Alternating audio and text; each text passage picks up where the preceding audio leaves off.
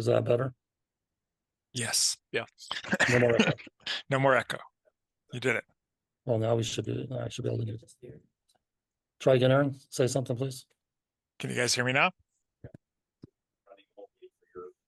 I got it. All right. Yep. Okay. I'll use my projection voice.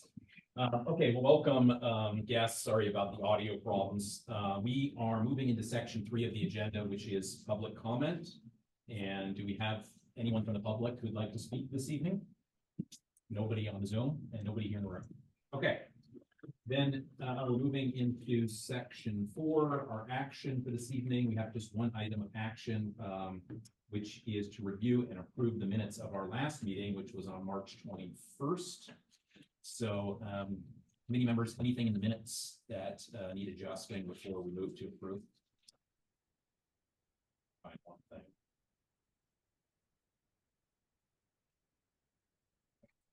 Section 5.3 of the minutes from last time, CBO Edson shared a presentation. He said Measure S amount of 90 million with net proceeds. That should be 89.5 million, not 8.95 million. Just small correction. If you could have Olivia make that connection, Rick, I think we can approve with that fix. Anything else in the minutes from last time? Motion to approve. Motion to approve. Thanks, Jen. Second. Second. Two of you are always on the seconds. We'll give it to Carolyn that time on the second. All in favor? Aye. Aye. Okay. Minutes from the last meeting approved. All right, that takes us into section 5, our information and discussion section. If you have any members of the public, they're welcome to address after each of the sections. First up, Jonathan, on the audit results for Measure T and Measure S. The floor is yours. Well, the closer you are to him, the better, probably. So, do you have the slides on? Yeah, I'm going to put them up momentarily. The slides were handed out 5.1 if people download it in advance.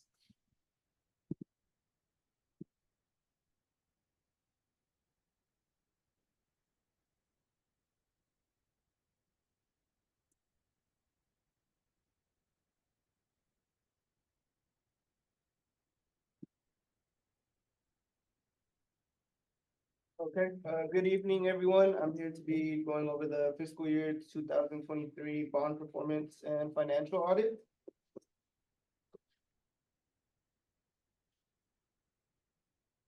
So first, to talk about the scope of the audit, we go over auditors' responsibilities, such as forming and expressing opinions based on the results of our audit of the financial statements and audit of compliance, as well as management responsibilities such as completeness and accuracy of the financial statements, maintenance of internal control over financial reporting, and compliance with laws and regulations. So to go over the timing of the audit, June through August typically is when the district is closing the books and making financial preparations for the audit. September through October is the district-wide audit fieldwork. November through December, district-wide financial statements are usually issued. January through February, Prop 39 bond performance audit fieldwork is taking place. And by March, we have the bond audit reporting finished. So to go over the scope of the audit of the bond program's financial statements are separate for Measure T and S. So for the financial statements audit, we are looking whether these financial statements are prepared per US GAAP for governmental entities. And for Prop 39 bond performance audit, which is only for Measure T, we're looking at things such as were expenditures only for allowable activities and costs. And is that because for Measure S, there were no expenditures in the fiscal year being audited? So like the expenditures are trickling down for Measure S, and I think the scope is just different for Measure T, but I can look more into it. Measure S had no expenditures in the 22-23 fiscal year. down. Only had revenue. Yeah, our first tranche came in on the 28th of June. Nothing to audit yet. And to go over the performance audit for Measure T, so some of the objectives were to ensure that such funds were expended on specific projects listed in the text of the applicable ballot measure. Verify that the funds were generally expended for the construction, renovation, furnishing, and equipping of school facilities constituting authorized bond projects. And to verify that the funds were used to pay salaries of district employees, that they were allowable per opinion 04-110 issued on November 9th, 2004 by the State of California Attorney General. To talk a little bit about the methodology of the performance audit, we considered policies and procedures about payment processing, salary, procurement, and bidding, change order approval, and the CBOC. Vendor transactions were sampled by looking at source documents and comparing to the accounting records, looking at evidence of approval per the internal control process preceded by the bidding, and for listed capital projects. We reviewed payroll, HR, and accounting records for salaries charged to the bonds. And a little bit of how we sampled, so we ended up testing 15 million out of the total 16.2 million expenditures. We selected significant samples, then moved on to test random samples, and then selected additional samples for unpredictable procedures. And our conclusions were that expenditures aligned with the voter approved bond project list, payroll expenditures are per the AG opinion, and evidence of compliance with public bid and procurement. So now to go over the financial statements for both Measure T and Measure S. Our opinion on the financial statements were that in all material respects and the financial position of the bond fund was presented fairly. Internal control or financial reporting, we did not identify any deficiencies in internal control that would consider to be a material weakness. And third, no instances of non-compliance or other matters that are required to be reported under government auditing standards were noted. And that should be all.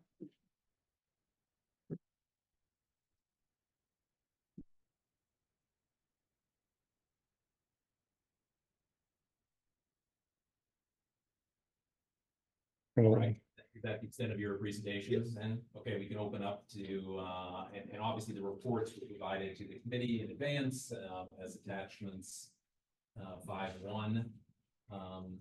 Any questions from the committee members about the audit from last fiscal year? Yeah. Oh, I'm sorry, Judy, yeah. I thought you'd like to shout out. I will shout out, I will shout out. It's just the time that we can actually ask questions about the body of the report. Yes, please, yes, okay. good question. So, I have a couple clarifying questions that I didn't quite understand some of the language in, that I was reading. So, when I'm gonna see if I can scroll down and find the page number with what I have. I have page 9, and it's very possible that it is, auditing language that I just, and I am on, okay, I am on Measure T. Measure T, okay. Am I okay with that? Okay. Yep. So that's the one I'm looking at now. So let me make Page sure that- 9, did you say? I'm looking at page. It's page 12. Actually, so, no, on the bottom of 8. Interest rate risk. So, yeah, so my question is this sentence, I'd like clarification. It is, here's what I read. Interest rate risk is a risk that changes in market interest rates will adversely affect the fair value of an investment.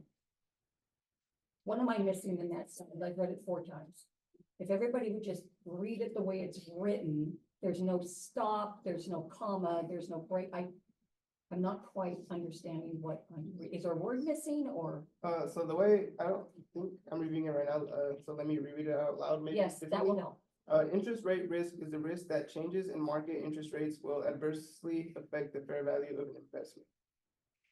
Okay, that but there's, it feels like a word. is No, missing. Will It's adversely. kind of, it's saying that the interest, like it's explaining the interest rate risks is the risk that changes in market interest rates will adversely affect the fair value of investment. Okay, I just. I think it's just the, yeah, It is the language. Okay, so I think I understand what it's saying. I just think that if somebody were to be reading this, it could seem a it's little. missing a word or missing a comma or missing a break, or there's just something that's not smooth there. That's fine with me. Okay. It's almost better if interest rate risks were in quotation, so you would see it as a definition of that term. Maybe that's what it basically is. what they're Okay. trying to say, I think. I It's- read it over and fine. over and over, and I was like, okay, I'm missing a word, and I'm not quite, it's saying what it needs to say, it just isn't clear to someone who's not an auditor when you're.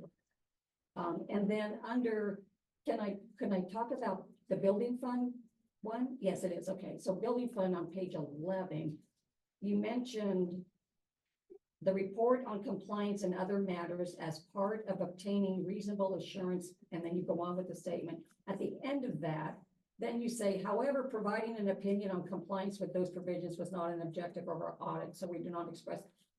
Why is that in there? Then I'm just curious as to why it was. Do you have to say that and then you have to clarify, or? Yeah, we have to clarify, and then I guess it would depend on the engagement as well. So we just have to, I just feel that it's saying, okay, this is an important thing to say, but then we didn't do anything about it. yeah, we That's kind what of we- just have to put it out there, and then Okay. as well as that we're not supposed to give our opinion on that. Okay, then under the financial audit on Just to May, clarify, though, it does say the results of our test disclose no instances of non-compliance. yeah, Further in the same however, paragraph. providing it, yeah, exactly, it said that, but, so on the beginning of it, it said this, and then it said, then we don't do, and then it says the result. Then they'll give the results anyway. Yeah, I'm So we got a freebie. We have, to pay for okay, yeah, but it's like, oh, yes, we did, but we didn't, but we did, so I'm just, okay. And then under the other one, it's on note 4 of page 9. There's XX million contractual commitment. That is really missing something in that XX. It's note 4 under financial Oh, yeah, audit. no, okay, bottom of page 9. Bottom of page if you 9. Scroll up, the bottom of page 9.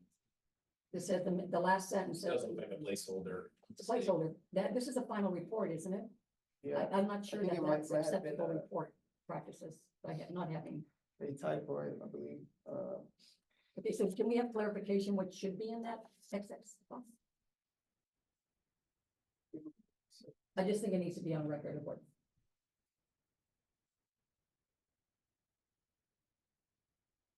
So it's note 4, bottom of page 9.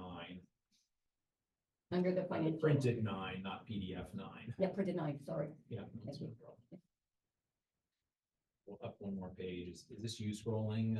It's me, Yeah, yeah. a little bit higher up, you'll see, there you Right go, here. note 4, the last sentence, measure keep on one as kept.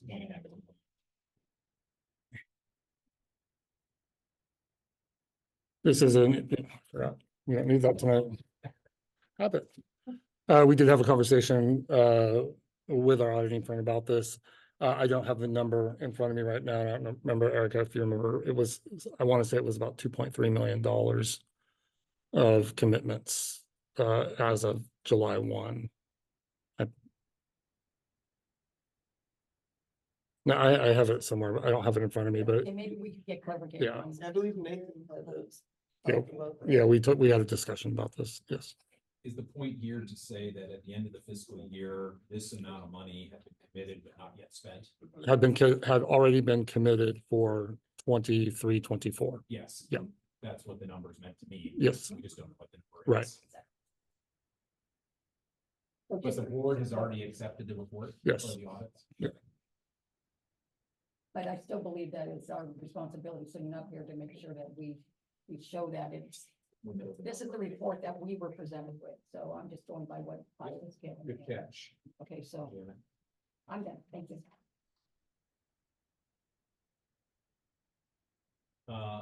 Other committee members have questions or comments?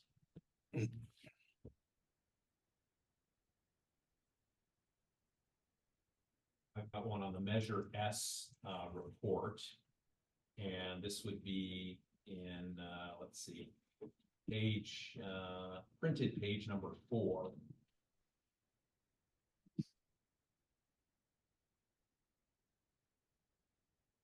or I guess it's number 5, actually. So the top of printed page number 5, you've got the revenues listed there. I think this is measure S. Just waiting for you to catch up. So next, yeah, top of the next page, Rick. There you go.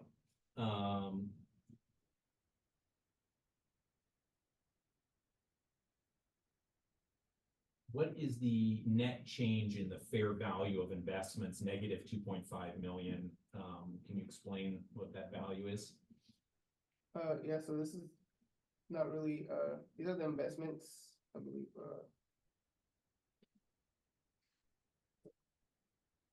So with our bond proceeds, the roughly $90 million minus closing costs, we deposit those into the county treasury where they earn a rate of return, right? So Right. there is an interest given to us and 2,000 there is the interest. interest earned on those 6 or 7 days that it was in the county treasury. Every year, the county treasury has to give a fair market valuation of their investment pool. And at this point in time, the net change for our Fund 21 was $2.5 million. We had Negative, you're saying. negative, Drop right. down because of their assessment. The fund dropped in value, but we still have the ability to use the full amount of our investment. It gets a little convoluted, and we've had many discussions with our auditing team about this, but we have to reflect that on our financial balances report, and then often reversed immediately following the new fiscal year. See. But we did not lose $2.5 million of future bond projects. So the only expense in this year was, well, there was a positive interest earned. There was the cost of issuing the bonds, which just came out of the proceeds. So Correct. that was the 90 million got down to 87.5.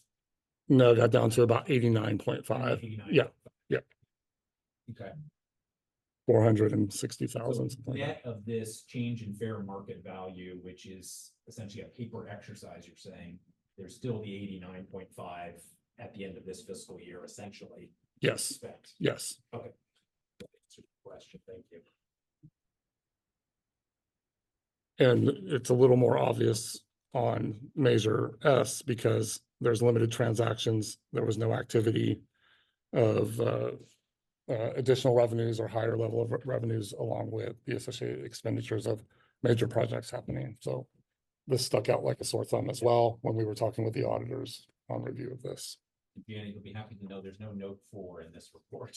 Because nothing was contractually committed. Exactly. This fiscal year. Well, yes, and to that point there, I finally had to realize what those last pages were that said non-reported. And then the next page it says there were no audit findings, and I'm like, oh, well, where's the rest? And then I went back and figured out why that. Yeah. All right, any other questions or comments on the audit reports for S&T?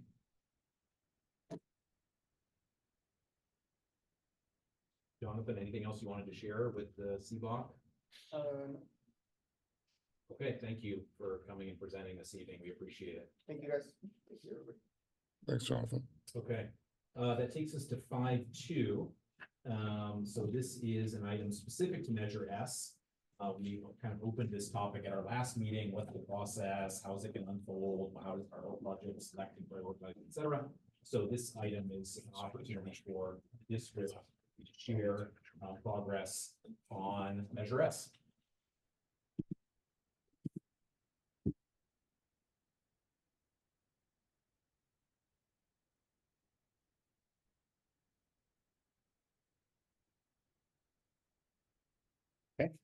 Good evening, Jennifer and Gibb from Van Pelt Construction and myself, Eric Van Pelt from Van Pelt Construction, will be providing an update on Measure.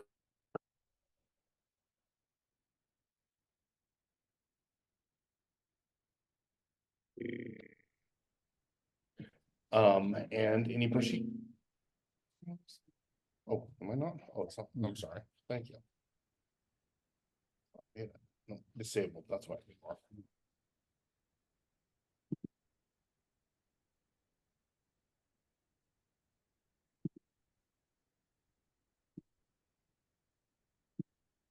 That's You right. got it. Yep. Okay, Well, thank you so much for having us. Tonight, we're gonna give an update on Measure S, and we have our architects here who are supporting the facility master planning process. So we'll kind of transition to them, partial on the Measure S update, and then we'll go back to some of the best practices as the committee requested at the last meeting. Next, so Measure S progress. Like I said, we'll pass it over to Quattropi Quack Architects, who is here on the line to talk about the master planning process, but we're beginning as soon as tomorrow, which is really exciting. So they're going to talk a little bit about that, but some other updates that we have in regards to Measure S. We've been conducting energy efficiency reviews of all the sites to understand where there's some opportunity for energy upgrades, specifically with lighting, to capture that savings. And then again, the HVAC and any other opportunity under photovoltaic or all the energy savings, but really lighting being number one for a quick start. So we've been working with Southland Energy to review all those sites, and we'll be bringing a plan to staff and to the board within the next several months to really maximize what savings we can operationally. So taking those capital improvement dollars and hopefully creating operational savings for the district on an ongoing basis. As well as working with our selected pool of architects to request proposals for services for HVAC upgrades. So as part of anytime you go and do HVAC, even if it's a like for like replacement, replacing the unit with a more efficient but up to date, newer unit, we still want to get the Division of State Architecture approval, and then therefore we engage an architect in that process. That allows us to make sure that we stay in compliance with structural components, as well as become eligible for state matched funding. So that's really important. We also engaged Keystone or Key Analytics. They're a financial software company to help support us in the tracking of our bond program as we move forward. So we've been working over the past several, since the board approved the contract took several weeks to upload all of our data and get it into the system for all the way back to Measure T, actually, to include that so we can track what we've done and moving forward with Measure S. So that's exciting. I want to pass it over to Are you open to taking questions? yeah, as absolutely. well? Let's Or- before Wait. let's answer any questions on Measure S right now for this update before we pass it over to Quattropi Quack Architects. So I'm curious, I get the facilities master plan, you want to do that before, where did the direction come from for these next two items? In regards to HVAC and the energy, Yes. those were opportunities that that we know that there's immediate funding for right now. So HVAC is an opportunity along with creating energy efficiencies, and then lighting and other type of energy upgrades, photovoltaic, just assessing that, not necessarily moving forward yet until we go through board approval and kind of understand. But we do know that those systems, working with staff, there is a need to update them, right? We have an opportunity to maximize some energy efficiencies for the operational savings. And so the board did say, hey, as you're going through the master planning process, be thoughtful about what you can do sooner rather than later to make sure that we're putting dollars to work. So that was one of the opportunities that we saw that could not only get match monies, but also create operational savings and then be a quick start, right? That we know that we're going to potentially need those things. And the Southland Energy, do they have a contract now to do this? Or they're No, doing this they're in the hope doing- of getting? Well, that is a good way to put it. So there's an opportunity to assess, and then there would be a letter of intent that the district could enter into an agreement for paid services under consultant, under the public bid threshold, because it's a consulting services right now. As of January of 2024, it's $114,500 is the bid threshold for consulting services. So if it was under that, the district with board approval could enter into that agreement and then review those. Some agreements do say if you so choose to, district, go with us for the larger part of the work, we will waive this fee. We recommend to our clients to just pay for the services so you're not locked into utilizing them, and you can go out for procurement through a bidding process. But oh, go ahead. Can I ask a question to add on to that conversation? Yes. Isn't it required to go into a bidding process or? Not for consulting services for reviewing, under $114,500, you're not for that service that they're providing. Also, there's different procurement guidelines and laws that affect energy efficiency only projects. Correct. So under 4217 Energy Code, procurement, if there is a $1 worth of savings, from the capital improvement to the operational side, you're allowed to procure that directly with a company. Hopefully there's more than $1 worth of savings as we move forward, but that is how the law is written. And then I have one other question, your statement, and it's just for my education here. Your statement of your selected pool of architects. Yes, so, the district went out, 2 months ago. Yeah. in 2 April. months ago, for request for qualifications. We solicited, correct, request for qualifications of architects. And then the, board, approved a pool of architects. And so now the request for proposal is only going to that pool. Yes, but they have already been I qualified. hadn't heard the qualification. Yes, apologize about it. Nope. And just a little bit more detail, we received 27 proposals for the qualifications. And we narrowed it down to a group of 6 well-qualified architect firms that were board approved. Thank you. What are they looking at related to the photovoltaic? They were, oh, go ahead. The main thing they were looking at is HVAC and the lighting. The photovoltaic, you guys, there's already a plan for phase 2. And they briefly did an overview of that to look at it as kind of the whole system, all the systems working together. But the biggest thing that they were looking at were HVAC and lighting. Okay, cool. I was just wondering regarding like the phase 1. Yeah. If there's anything going on first floor side. Yep. Cool.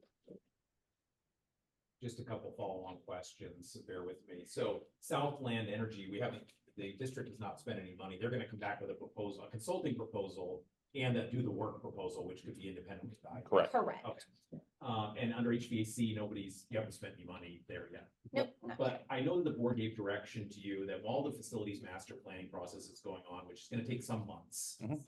look for quick start projects. So these presumably fall into that category. Correct. Precisely. How are you prioritizing these two above what could be lots of other quick start ideas that people might have? I got this one. When we spoke in front of the board a few different times, or I should say 2 different times, it was very clear that these were high priorities, the HVAC and the lighting. And then we spoke with staff, Rick, Martin, and the rest of the team there, and we know that lighting is a problem right now. There's with the switch to LED versus fluorescence, it's getting harder to find parts to replace lighting. It's definitely a need, and there's costs that are being lost there. HVAC is a clear need that's been communicated by the board and by staff. Again, it's just these overwhelmingly clear needs that are being communicated to us. Slide up the priority list. Those 2 were overwhelming and clear from the start when we started. There hasn't really been any others that have been communicated to us yet. So as we start the master planning process and we start hearing some of those others, they'll start sliding up the list as well. But those were the 2 that were kind of overwhelming and what we're hearing right now.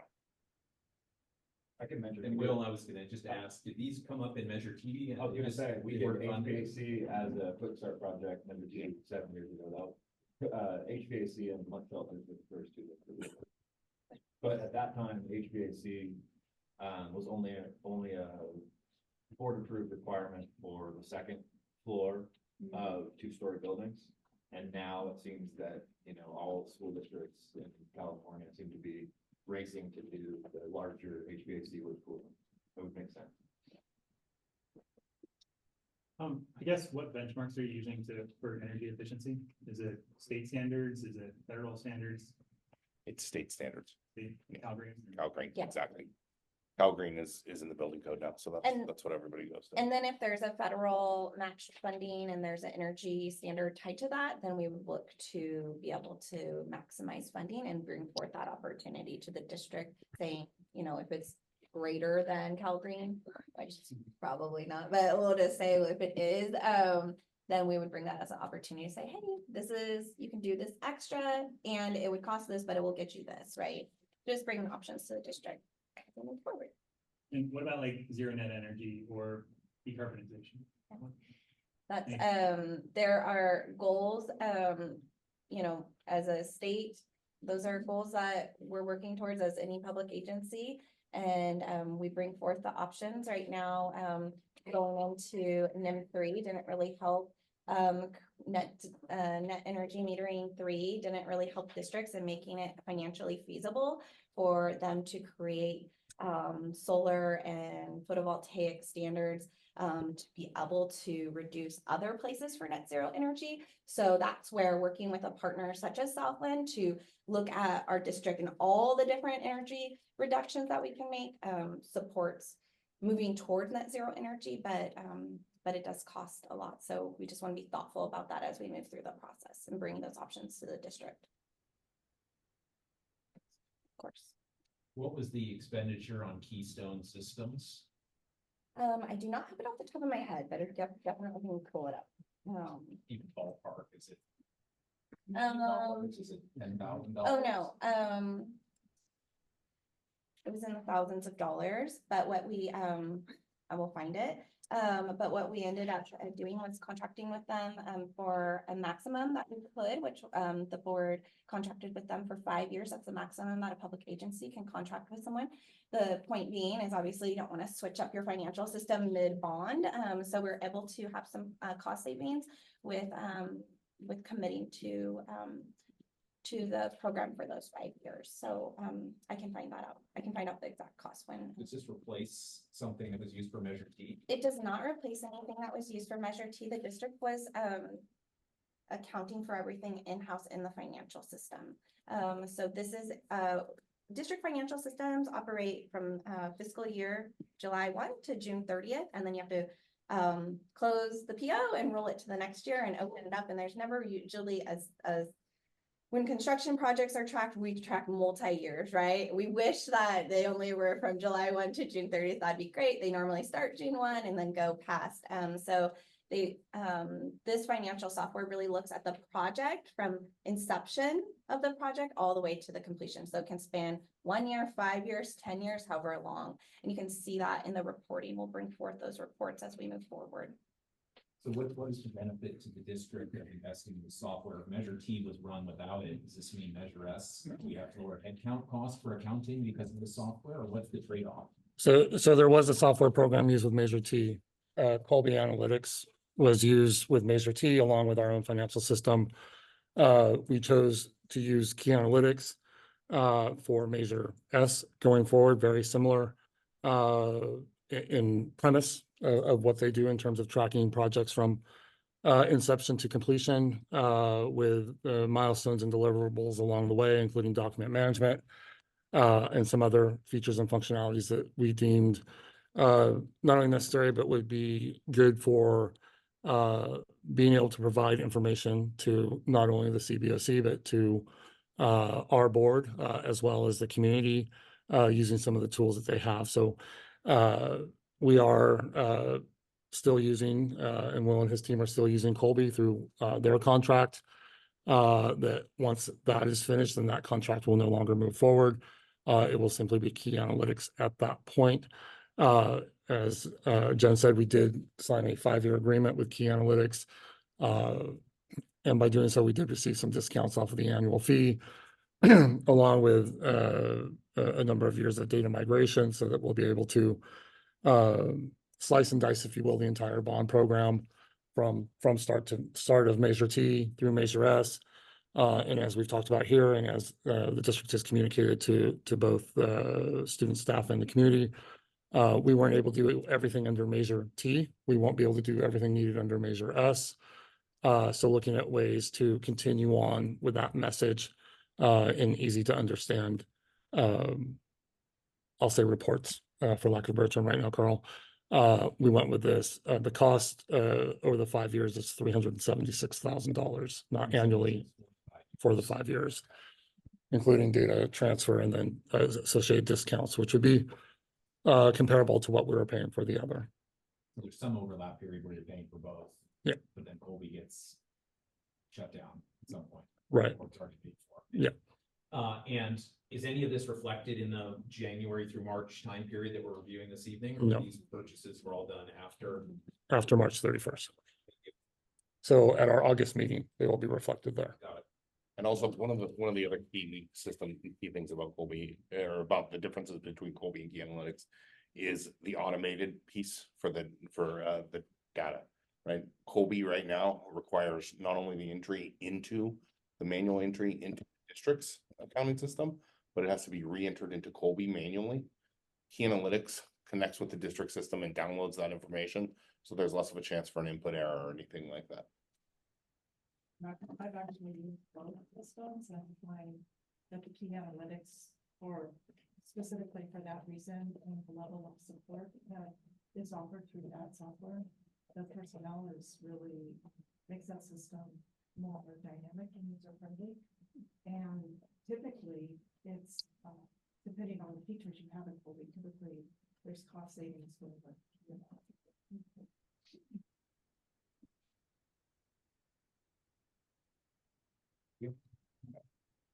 Pass it over to QK. Yeah, we'll pass it over to QK, Aaron and John. I'm gonna stop sharing and you can start with your presentation. Thanks, Eric. Thanks. Thanks, Eric. So we'll start with some quick introductions before we share the screen. So my name is Aaron Jobson. I'm president and CEO of QKA. And my role in this project will be I do a lot of our master planning work and community engagement, so kind of helping support the team in that way. We'll turn over to John. Thanks, Aaron. Good evening, everybody. My name is John Dibzak. I'm a principal at QK, and my role, a little bit unlike Aaron's, will be kind of more focused on the nuts and bolts of doing the facility assessments during the summertime, and then in the fall, working with each of the individual schools and the district to kind of develop some of the planning ideas. And I'll John, turn it over to Hector. can you guys hear me okay? Yes. Perfect. Good evening, everybody. My name is Hector Mojica, and I'm a licensed architect, and I'm a studio lead. I'll be your studio lead, kind of bridging the gap between Aaron, helping to lead some community engagement and communicating hopefully effectively with your stakeholders, and then working with John to understand clearly the needs that are reflected in what we hear. So we're very excited to be here. We're very excited to be working with you. I'll hand it back to Aaron now. Right. Sorry to interrupt. Can you remind us when the last facilities master plan was completed, or when the period when it was developed and completed? Do you remember? 2015. 2015. Okay. All right. Can you guys all see that? Okay, so we thought we'd just give you kind of a quick overview of what this process is going to look like as we are right at the beginning of it and jumping into it. So we did our introductions. We're going to go over a little bit of the process and then talk about kind of the different levels of engagement that we'll have throughout it. So we always start with sort of why is this important? Why are facilities master plans something that you want to do, something that is an important kind of first step? And then we start with that the quality of your educational facilities matters to the teachers and the students and the education that happens within them. And there's a lot of research that shows different ways in which those impacts happen, and they have a meaningful, role in your role as a school district, and that we know your facilities need some improvement, and that our job is really to maximize the impact of the funding that we have and make sure that every dollar we spend has the biggest contribution possible to improving education. We also know that every school has unique needs, and that the school and community input is important to understand those and help prioritize those. And we need your help, meaning you guys, but also each site committee meeting that we meet with, every community meeting we have, it's the same kind of message about why this is important and why it's meaningful that folks are participating in whatever way they are. We also like to give kind of a quick overview of how master planning fits into the overall project development process. So master planning kind of here at the top, where we're looking to identify general scope of the projects, proposed projects, the big picture kind of budget for each project, and then prioritization of which are most important or which are going to be most impactful. And then as a project, once we get through that process and decide, okay, this is the project we're going to move forward with, then we go through programming phase where we figure out the kind of specific needs. What do we need in each space? How many rooms do we need? What size are they? How do they fit together? What are those relationships? What infrastructure do they need? And then into design, where of course we figure out the design and the layout, the landscape, the design, the material, materials, the colors, et cetera. And so we get more and more level of detail as we move down, and also having stakeholder engagement all throughout this process. We like to emphasize that, in that when we're talking at master planning, we want to keep things at that kind of 30,000 foot level, but it's not the last conversation we're going to have about any of these projects. There'll be much more opportunity to get into the details as we go forward. An important thing that we are always focused on as we go through facilities master planning and want to talk about up front in a lot of ways too is our approach to equity, and to looking at facilities planning through a lens of equity. And so we like to think about this with this little diagram of the difference between equity and equality, and that we're looking to kind of set a benchmark of an educational specification or similar document that establishes this is what every elementary school should have, this is what every middle school should have. And then we look at what are each of those facilities have now, understanding that they're all going to be in different places. They've had different levels of improvement in the last bond program. They're just different conditions, different contexts, different situations. And we want to identify in the facilities master plan, what are the improvements for each school that will get them to that same level and get them to that same level of equity. And that's how we'll go about planning the facilities, and then also eventually deciding which projects get funded by this bond, is trying to get everyone to that same level so that it won't be distributed equally across each school, because each school doesn't have the same level of need. So we always kind of talk about that at the beginning too, and make sure that everyone kind of understands that lens going in. And as Rick mentioned earlier, we'll identify a lot of our job here in facilities master planning is really to take a long range view, make sure that we're always planning towards a long-term view, that we're looking 10 to 15 years out at least. But we know that that's going to end up with more need than you have funding for. The three of us have all been doing this for probably more years than we'd like to all add up together, but we've never had a project where we had enough money to do everything that everyone wanted on a public school. And that'll be the case with you all too. And so we kind of have this two-phased approach where we start with the facilities master plan that has that long-range look that identifies all of the different needs. And then from that, we identify individual projects selected based on which are going to have the highest impact to education, and to do that equitably across the district. And then that's what goes into the bond implementation plan. And that really becomes the set of projects that we think we can accomplish with the funding that's available now. And so that's kind of the second part of this planning process. This is kind of a quick overview schedule for what how we're kind of setting out on this. So our first phase is getting ready to start up of the kind of information gathering and developing of the needs assessment. So we'll be reviewing a lot of data that you all have already around demographics. We'll be doing and other things like that. The 2015 master plan that was mentioned earlier, making sure that we're familiar with all the work that's been done to date. We'll be doing site assessments, like John mentioned, going out to each of the school sites, looking at the condition of the facilities so that we understand them, talking with your maintenance and operations staff, your custodians, your site site administrators, as we're going to start doing tomorrow morning, and really understanding the needs from that standpoint, and then conducting our first site committee meeting, which really is based around really wanting to hear from that site committee, what do they feel like the biggest needs are on their sites? What are the biggest opportunities to improve the educational facilities? And then that'll take us into the second phase, which is kind of the planning and design phase. So the first one's really about understanding the need and really listening. And the second phase is us taking all that information and kind of processing and coming back with our ideas of what a long-term vision for each school site might be. And that will be kind of the first draft site plans. And then we'll have our second site committee meeting, and we'll review all those with them and get their feedback and input on, move this over here and move this around, or no, this is really what we meant here, that kind of impact. But also we'll talk about which of these improvements does that committee think would have the biggest impact on education on their site too, so we can gather their input as part of that. And then the third phase, getting towards the end of 2024 and into early 2025, we'll be taking all that information and putting together the final documents, which will include some community meetings, which are more kind of informational to share out what's happening and give anyone an opportunity to come and ask questions and understand the process and the results of that. And then, of course, review and input by the board, and then putting all those final documents together and publishing it, which we're targeting kind of a January, February timeline for that, to go through all of these different steps. Aaron, if you could pause, Janet's got a question.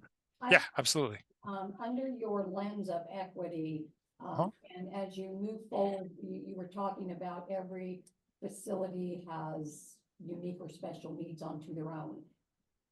You haven't called out, and maybe at this point it isn't necessary, any of our students that have special needs, whether it be you know, how we address their mobility issues, or Mhm. is that anything that you would call out at this phase of your discussion on how you have incorporated that into your master plans? I guess what I would say is that that's very much incorporated into every step of the process.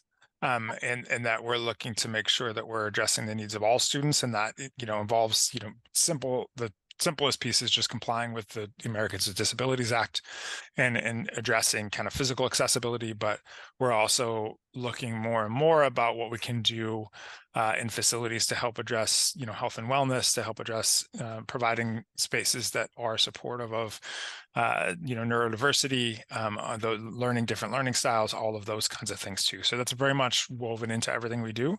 And we'll talk about that, at each individual site, because you have different programs, and that's part of us learning about the sites too, is understanding, where you have different special education programs, how those relate to the rest of the school sites, what their needs are, but also working with your district-wide special education staff to understand that too.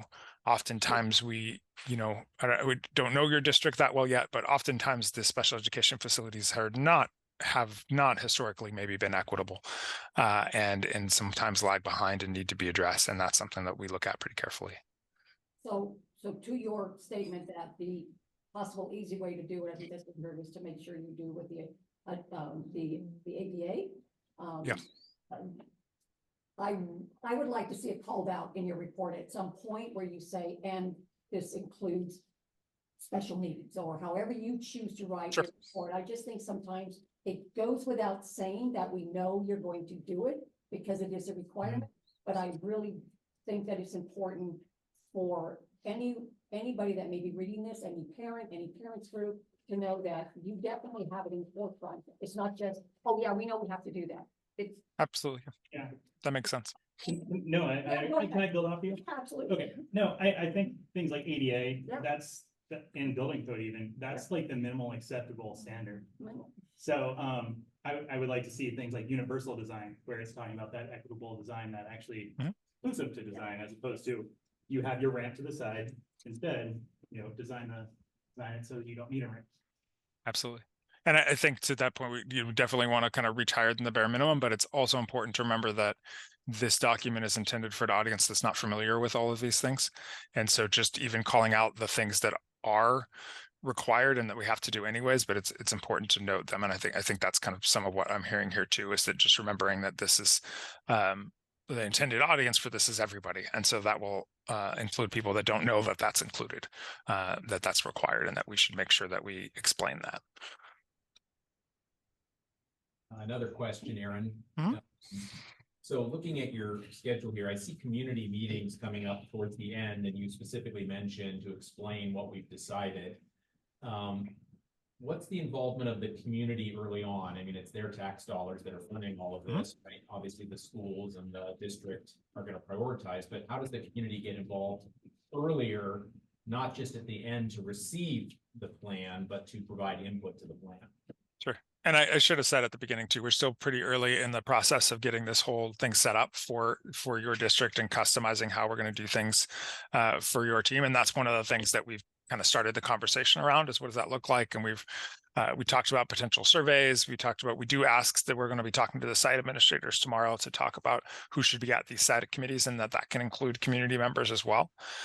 So there are a number of different ways that we can do that. And that's something that we're working through with the district team to figure out what are the right approaches for your community, and make sure we get that input and it gets incorporated into the process in an effective way. So just, I guess the question to the district is, how do you define community? When you talk about going to the community, is it the school community? Is it the bigger community that's funding? How do you define community? There's two ways of defining community. Definitely there's a school community, but there's a community outside that school community, which where it sits. Right. So how we did it in the last go round was that we not only met with the school community, but then we broadened our focus to include the community that existed around that school. And it was done on different times, different days, and even during the weekends. That surround that each of the school sites. Great. And you're planning to do the same this time That's around? right. Yep. Okay. Fantastic. It will start with site committee, and then expand out to the larger or greater community in that area. And some of the principal already have some interested community members who have asked to be part of the site work, which I think. Right. There's no reason why not. But we're still gonna go out further Yeah. than just those members of that community that requested maybe. Because I mean, site council typically has a 2-year runway for community within the school, and it just rotates. So I don't know if people even know what's going on when they join site council as a parent. They just look at the burden of having to jump onto it to help their school. But I don't know, you know, if you're gonna get a lot of people who understand. Oh, wow, this massive construction project out in their school, I have a say. Personally, I've been trying to warn some school districts that this is a time for you to actually have a good site council that can actually work with, you know, people on site to air grievances or things that you wanted. But not obviously not to be a nuisance at the same time, but more of a heads up. But just it's not been publicized that much that it becomes, But it will be. Okay. Yeah. It will be. And we've gone through it. The last phase, which the group is here right now that we worked with. And I'm gonna look at a specific site where we had the houses that are right behind the site, and so they really wanted to make sure about the lighting. And the lighting at night was not coming through their bedroom windows. And then there was another piece with the loudness of the air conditioning and the decibels and all that. So we brought those community members in because it was a concern of theirs, even though they had children when that's the site, but no longer, but they still had that concern and wanted that to be brought up. And so they were part of the community. That's what.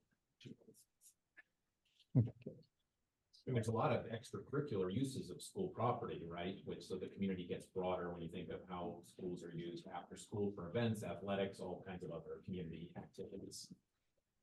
Sí, sí, maestro, ¿se me podría traducir, por favor? Si me permite agregar. We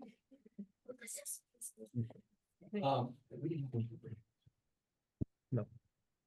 No. Lo que estamos diciendo es que. No, sí le entendí lo que quiero que me traduzca, es mi opinión, ¿no? Al respecto de esto, porque creo que sí es importante que los papás sepamos cómo poder estar más involucrados en estos aspectos del presupuesto, porque cuando sabemos cómo se hace uso eficiente de los recursos, pues nos vamos a sentir más involucrados. Entonces, cuando se viene un proyecto, cuando hay un fondo, un bono, ¿no? Si sabemos cómo se utiliza, podemos decir, es que en la escuela de mi hijo hay un área donde necesita repararse y si sabemos, nos podemos involucrar más, pero si no sabemos cómo a lo mejor solicitar estas adecuaciones en la escuela, pues cómo vamos a poder decir que sí está siendo eficiente el uso de los recursos.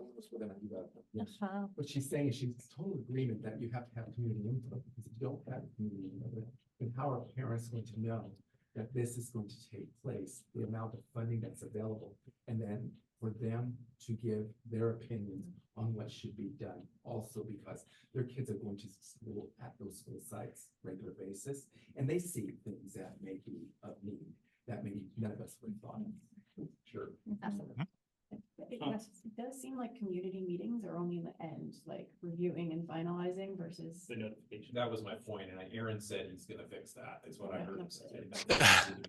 Yeah, it will, we'll be working with the district cabinet and figuring out what the right plan is for your district for when to do that engagement and how many times and what that looks like and how to best get input from everyone. We do, we like to have those meetings towards the end where we can share out, this is what the master plan is and get folks' input on what's most important within that and kind of share out the input we've already had from stakeholders. And actually, I think that's a good segue into our next, let me skip over this and we'll come back to that. But this is kind of our quick diagram of how we kind of organize this process. So it really does focus around the school site committee. So we ask the principal at each site to kind of chair and form a site committee that represents faculty, students, parents, and community members that so that the school site committee can both kind of represent those stakeholder groups, but also bring information back to and from them and help us communicate with and engage with a larger group. And then we work very closely with that team, and that feeds into an executive committee, which is really our team in the cabinet, kind of looking at those that input from all of the different school sites We're also talking to district-wide groups like special ed, maintenance, IT, et cetera, to get those kind of inputs. And then we're also working with the broader community, which is really just anyone who wants to be interested in this process. And we can also do, we've also had projects where we do surveys. We've also had bigger community meetings at the beginning of the process, if that's important, to define kind of overall needs across the district, or just share out, what the overall process is and the updates. We'll do updates for the Board of Education as well. So that, and those are public meetings, so that's a type of community meeting as well. So really just working with the team to figure out what the best way to engage everyone in the process is. Aaron, I think this chart, I think, highlights specifically what we were just saying, that the community input, like, hey, we're just going to push it out to the community, not gather their input. So yeah, no, that makes sense. And if this was kind of starting point with some of the last districts that we work with, and that's kind of how they wanted to handle that process, and focus really on the input from the school sites. But that doesn't work for everyone. And if you all want to have more input broadly from the community earlier in the process, that's fine too. And I think just to recognize, it's not the purview of this bond oversight committee to direct how the planning process happens. We only have oversight over expenditure. So maybe we're talking a bit out of turn, but I think we represent the community, and just that's a very sensitive topic, I think, as you're saying. So I remember back to school closures, and the outreach was huge. Where you were there to fair, talking to everyone in giant post-it boards. Everyone put ideas out. That was the most gigantic in-person crowdsource I've seen direct to communities. Something like that. And it doesn't have to be something like that. It could be like QR codes even to get numbers to survey community. But we still need to have the parent community there. And Aaron, when you hear from, I know you're gonna, this is part of tomorrow's PD for the principals. We started last week on Friday, but this is a big piece of tomorrow. So they're also going to come back that they want to have, their community along with their community that surrounds the school, along with the community that is there right now with their students. So I agree with the committee members that community piece needs to be over here, as I'm looking at the content side. And we will also have translation for you during those times when you have those community meetings, because it's very important in our community that there are interpreters there, and we can have our own interpreters that be at these sites. Kind of having that be part of this process more. Well, I think, sorry. That makes sense. The working with in these workshops and things, the public doesn't know what they don't know. So they really, like, you as the design professionals really need to be that guide to help them see kind of this for thinking. And that's what I worry about, is like, that's why we're bringing up universal design or accessibility and things like that, because that's where you as the professionals can start guiding the public into that higher thinking. The other piece I would say is pedestrian connections to the schools. I love the recent modernizations. There's a couple where it's very automobile focused, where you have to cross several crosswalks across drop-off zones in order to get into the school. And if you just start thinking about it early, that idea never turns into the built manifested thing. So I think just that's another piece here. Great. And I think to the point earlier, I think part of the discussion that we're kind of adding to the agenda for the meeting with the site administrators tomorrow is talking about what is the best way to facilitate engagement of the community into this process. So I think that's something we can definitely add to that conversation. Aaron, what was the last site master plan project that you worked on? So we're currently finishing one up for Cotati-Rohnert Park Unified School District, and we just finished one at the end of last year for Santa Rosa City Schools. But a few years back, we also were heavily involved in one for Sequoia Union High School District that you all are very familiar with, and we've also recently, a few years ago, did one for Mountain View Los Altos School District as well. You also did one for your neighbors at Hillsborough a couple of years. True, right? Good point, Eric. And one we're in Vallejo a few years ago as well that we worked on with Eric and his team as well. I have another question. So when you do your presentations, and you have a board like we're looking at right now, and you're talking, do you ever do closed captions where if there's someone in the audience that can't hear, a parent that can't, a teacher, Maybe there's somebody who really needs to have input. I'm just asking. Yeah, it depends on the format. I mean, some of these we're doing in person, so obviously that doesn't apply there. We do work with the district to make sure we're providing, bilingual presentations and written materials and in translation as well, and figure out the best way to do that for each meeting. But we can, if it's a digital meeting like this, then that's definitely easy to do a closed caption kind of format for that too.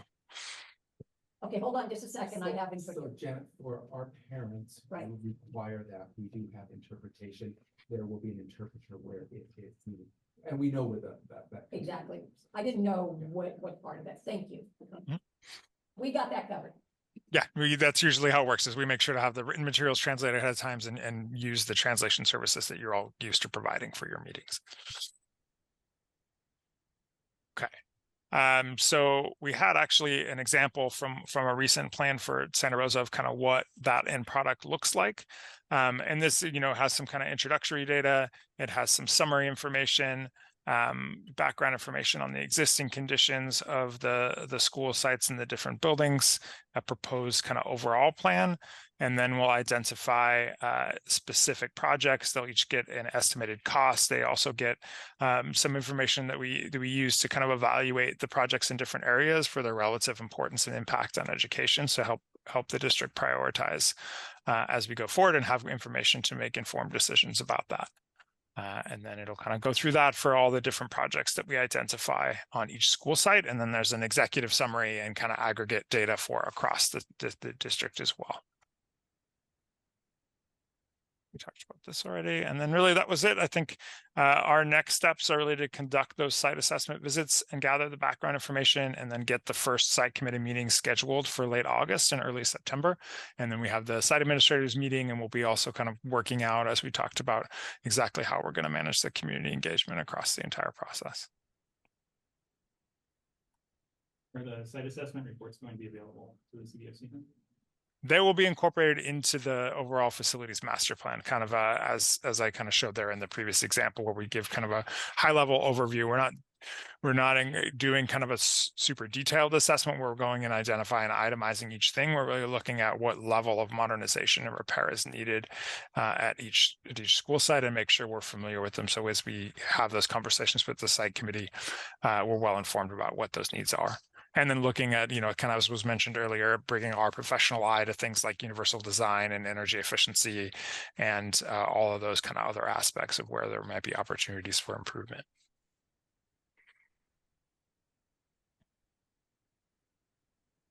Fantastic. Thank you for sharing this exciting times. Rick, Absolutely. I'm going to ask, what was the cost of this engagement? Just shy of $400,000 Okay. And delivery date is, did you say January, February? between December and January-ish.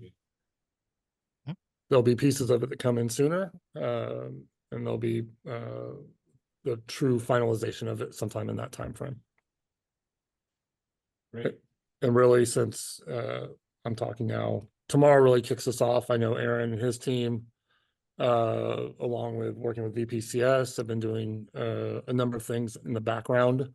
But tomorrow is really the start of this process with the meeting with the site administrators and setting expectations moving forward. That one thing with Aaron and team and Eric and his team, there is fluidity to this, right? So we'll take and we'll change as we need to make the most advantageous outcome for the school district. So I'm excited to continue working with VPCS and bringing QKA on board through this process.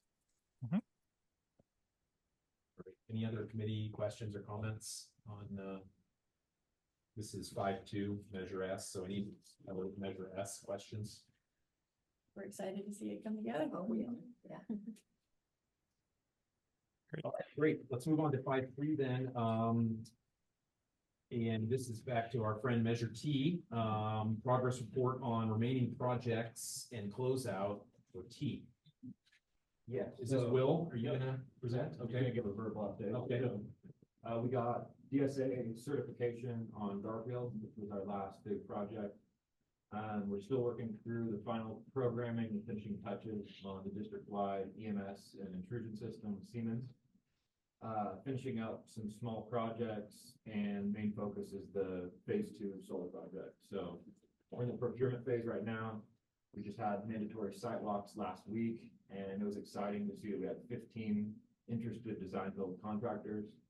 And so, yeah, we're going to work through the response and evaluation process over summer and bring back design build solar contract to one of the first board meetings in August. And if I recall correctly from our last meeting, the solar project will be partly funded by T, but is it going to require Measure S funding as well? There's not enough left in T to do the whole thing. Partially funded by the remaining dollars in Measure T. And then we have state funding that's a reimbursement to Measure T that's been coming in. There might be some strategy in using Measure S funds, but we haven't worked through that yet. Just based on the timing and the need to commit dollars and spend them. So that's an open discussion with the district currently. And the time horizon that this project would take, are you estimating? How It years? has to be completed by 2 years from April. So it has to be completed in, I believe, April of 2026 to maintain the district's grandfathering into the NEM2 system. So it will be completed by then. So Rick, is it your estimate that Measure T will continue to require oversight through the end of that project since it's partially funding this thing? Potentially, but it would be through the expenditure of all Measure T funds. Right, and so then it would be transferred over to Measure S or other available funds as warranted. That a yes or maybe? No, Measure T will be expended before the completion of this project. It be closed out. Yes. We don't have to wait till the end of that project to close out. Measure T. Correct. Okay, good. Any questions on Measure T update? I have a question about the solar project. So is there battery backup and all that needs to be done with that? And is the facility, No, battery storage is not included in the project.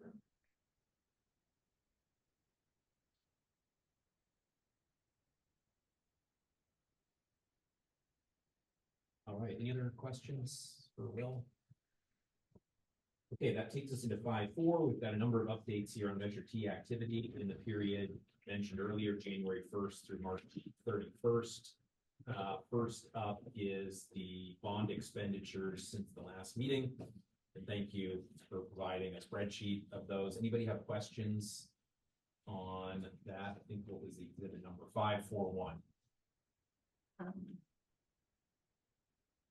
So I have a question regarding all of the district personnel. And it says retro. So I just need explanation on why it says, am I looking at the right sheet? You are. It happens to be the first 6 Yeah. rows or something. Yeah, it is. You want to split that union increase or classified personnel for fiscal year 2022, 2023. And these employees work for the bond program. That's how. But they have timesheets and then they increase the 6%.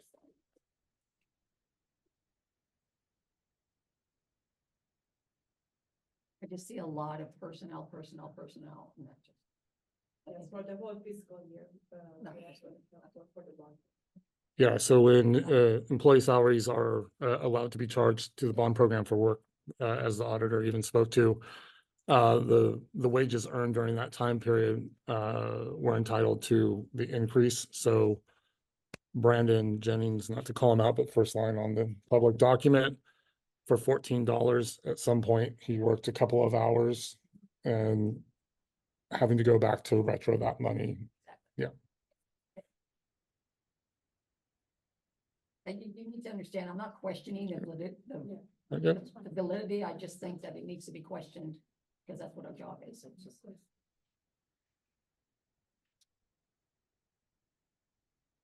Any other questions on 541, the list of expenses in that quarter? All right. Oh, sorry, one quick Oh, one. go ahead. Yeah. Are Measure T funds paying for facilities that are close to the district? So Haas. Right? Yeah. So yes, there it was, it's just, okay. You guys are still the owner.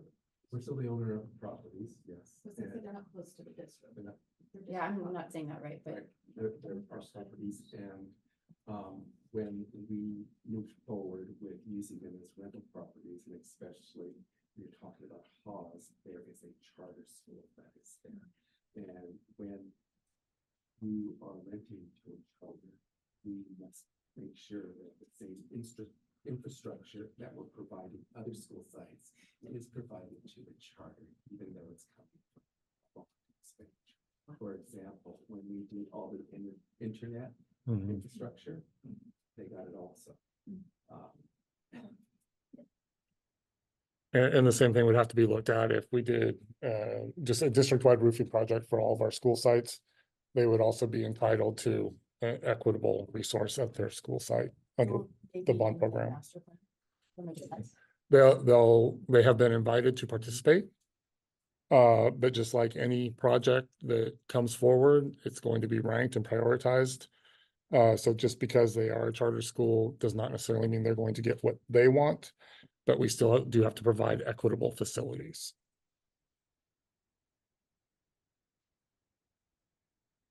Questions? Okay, 542, contractor change orders in the period. Any questions on those 6 items? So there were no change No orders. change orders. Oh, I'm sorry. Those, so there were none. Okay. Yeah. Okay, so the no bid contracts is 543. That's 6 items on that one. Any questions on those? Okay, 544 new projects approved by the board since the last meeting. None of those. Okay. And then 545, any litigation disputes related to the bond program that the CBOC should be aware of? None. Okay, great. So that takes us to 5.5 then, and 5.5A, and financial update on revenue and expenditures for T and S. And Erica is going to take us through the exhibits.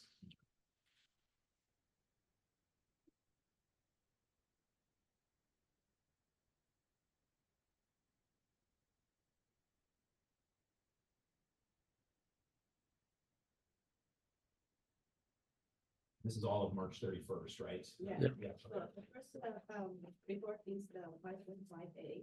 It's the measure C bond income and expense summary. This is as of March 31st, 2024, and we are looking at the column March 31st, 2024 for Fund 21. There's a revenue of 59,285.09. These are the interest revenue for the first 2 quarters, and then the expenditures is 1.7 million, and the total actuals for all 3 funds is 213.2 million.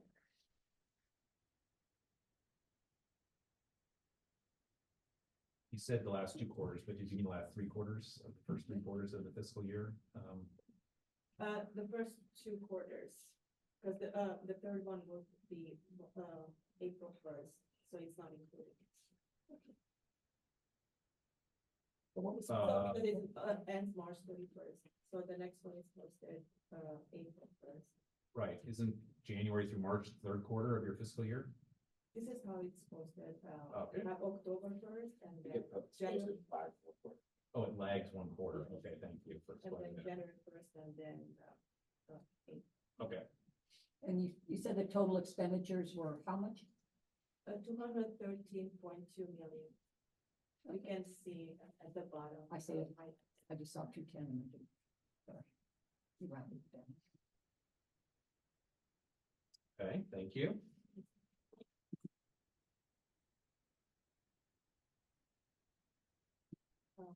Report, the measure keyboard report. This is a summary, report, that, it's from a financial 2000 and it's just a support report for the, bracket that I showed you. Year-to-date actual, you can see the revenue, 59,000, and then expenditures, 1.7.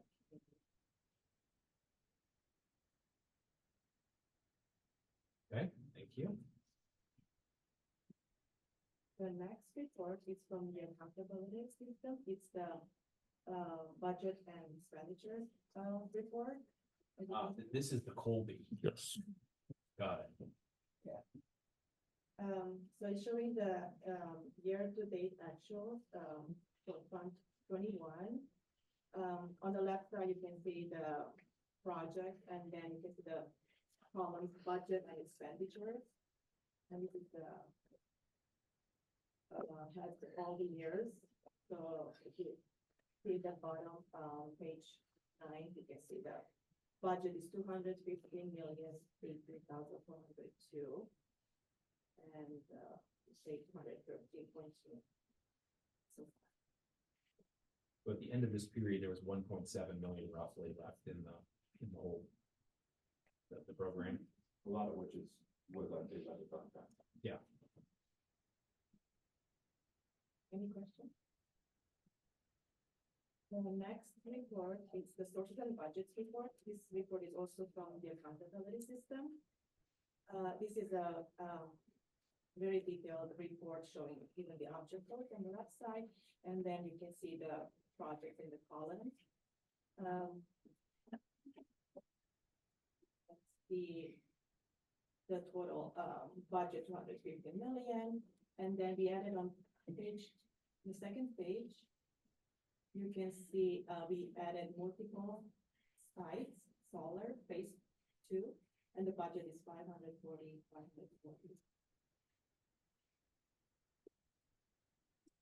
Also to add the project contingency is 339,000.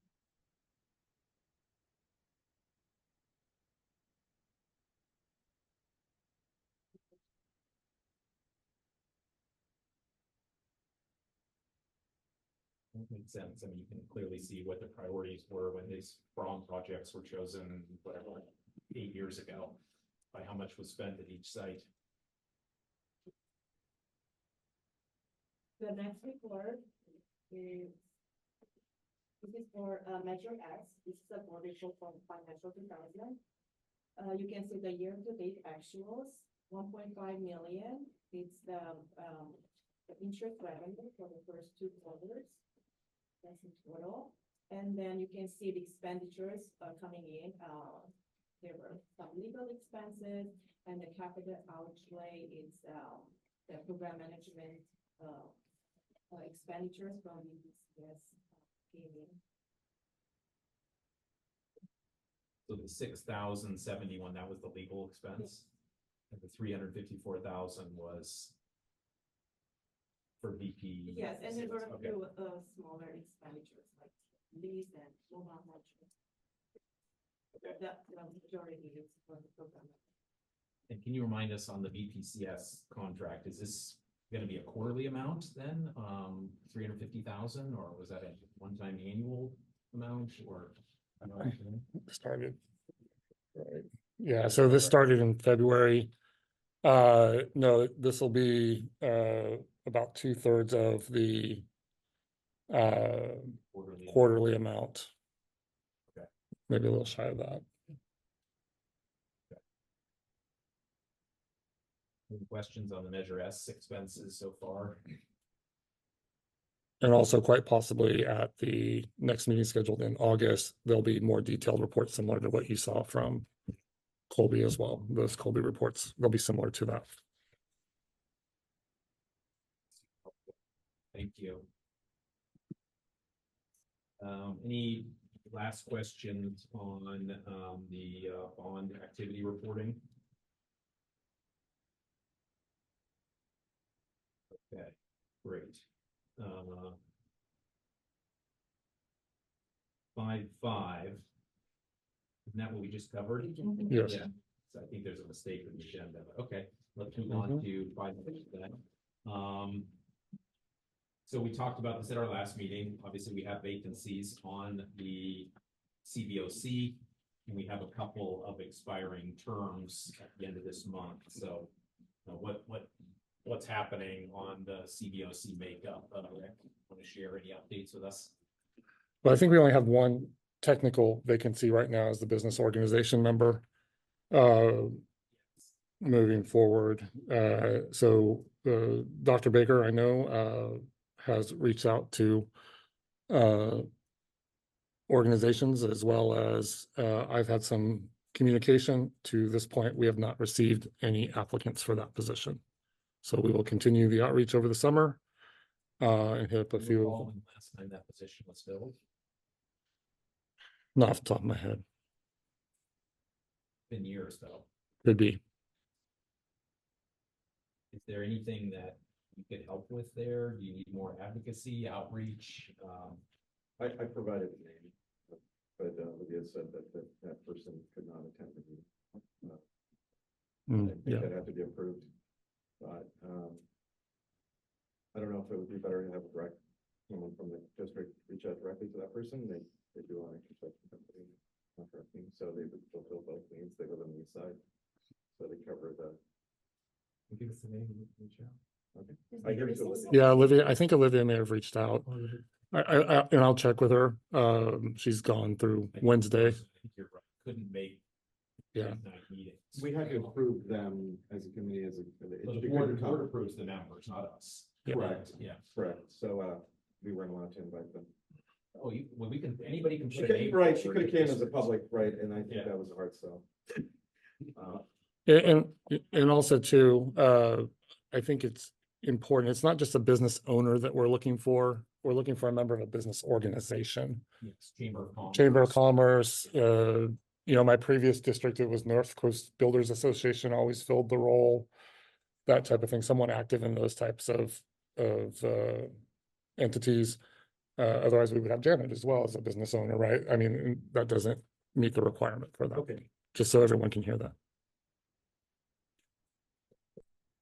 Is once again, is there anything we can help with? I mean, having a vacancy for years of a required member of the committee doesn't look good. Doesn't look like we're providing the oversight we're supposed to because we're not fully represented under the law. So you need help? Or I'll just put out, thank you, Jitball, for talking to that person. I mean, at least we Yeah. tried. You could join the Chamber of Commerce. Yeah. I think it's open to any. Janet, do you want It's to open join the to anybody Chamber of to join Commerce and Chamber of represent them? Commerce. That would cover you. Yeah, it would come, I sit on the chamber for their education committee, that been asking every meeting. We're such a friendly group. Why wouldn't Well, someone want to join? Well, It's one of right the, on me, just on the street. no, they're located now in River Shores. Oh, they. Yeah. They said your meetings change all the time, so I said, Yeah, they like consistency. they want consistent, I need to be here at this meeting at this time in the state. So, Put in the I ballot. said, I don't have control over it. It's not me. Okay, so the outreach is continuing. Yeah. And if anybody has any ideas or connections, feel free to recommend someone to the district and the board would approve them. So I do have a question about outreach on that. So we talk about the Chamber of Commerce. We also talk about the representation from within our school district.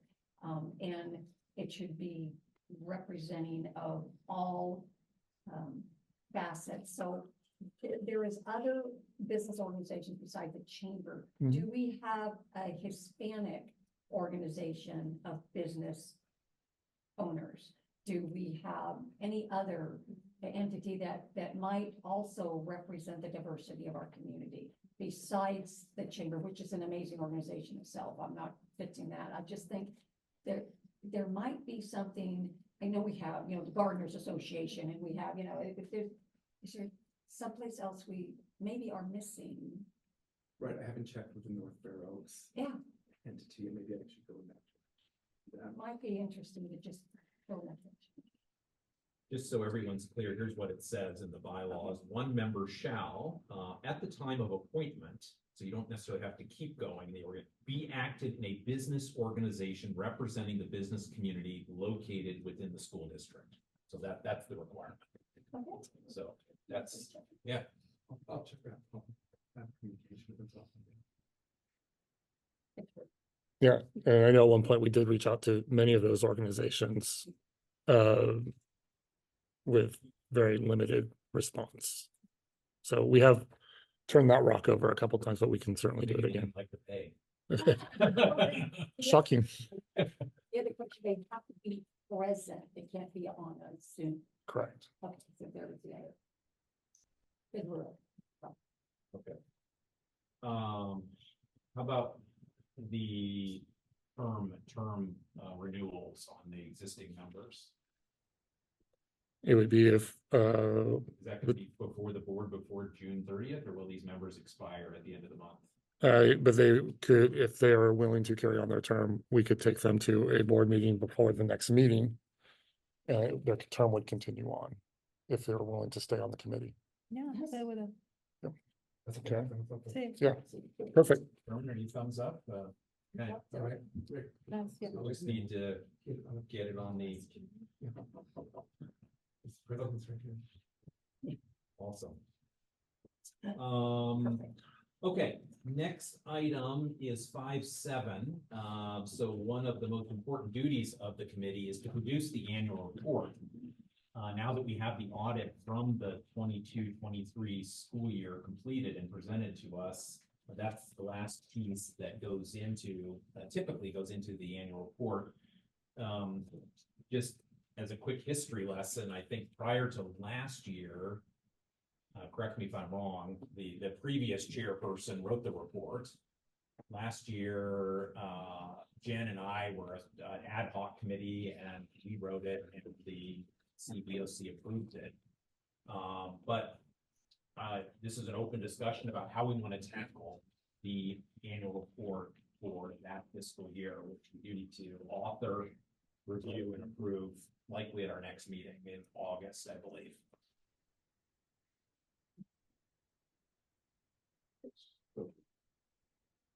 We can move to have the chairman. Of course you should. Do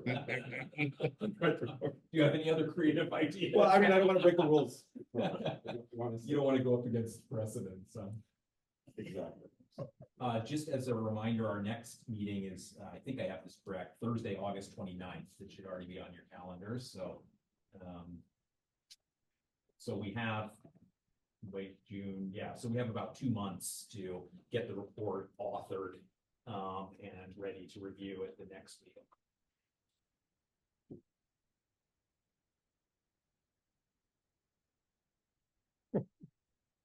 Is there an objection for keeping the status quo? It's been successful. So just curious. Well, how about if I rephrase this? Would anyone like to volunteer to work on the annual report? I'm happy to work on it again, but I do think it should be more than one person from the committee.